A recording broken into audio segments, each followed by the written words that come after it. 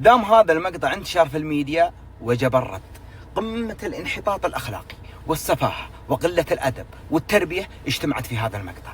يا رجل ضيوفك، يا رجل في منطقتك، الضيف ما هو لازم في بيتك وفي مجلسك، الضيف حتى لو في دولتك وفي بلدك. الرسول عليه الصلاة والسلام يقول: من كان يؤمن بالله واليوم الآخر فليكرم ضيفه. أنت شو سويت؟ أنت احترت لهم كاميرتك وتصور وتهمز وتلمز. يا أخي من خوارم المروءة أنك حتى في خصامك تفتقد للمروءة. أنت افتقدت للمروءة والمرجلة، ولازم أنك توزن نفسك وتوزن أخلاقك. أنت لو متربي، شفت رد الشباب يوم يتكلمون معاك بأدب ولطف واحترام، مفروض أنك تاخذ وتتربى منهم. لكن أنت مش متربي، أنت هلك ما ربوك.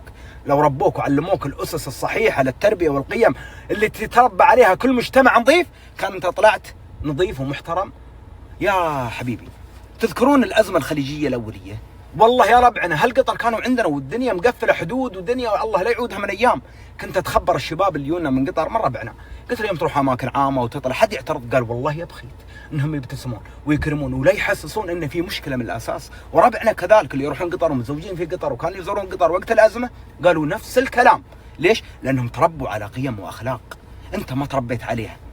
انت خريج برامج واقعيه تحسب العالم كلها متمحوره في برنامج واقعي، يصمموا لك الفراشات. شوفوا فلان، عيب تمرجل.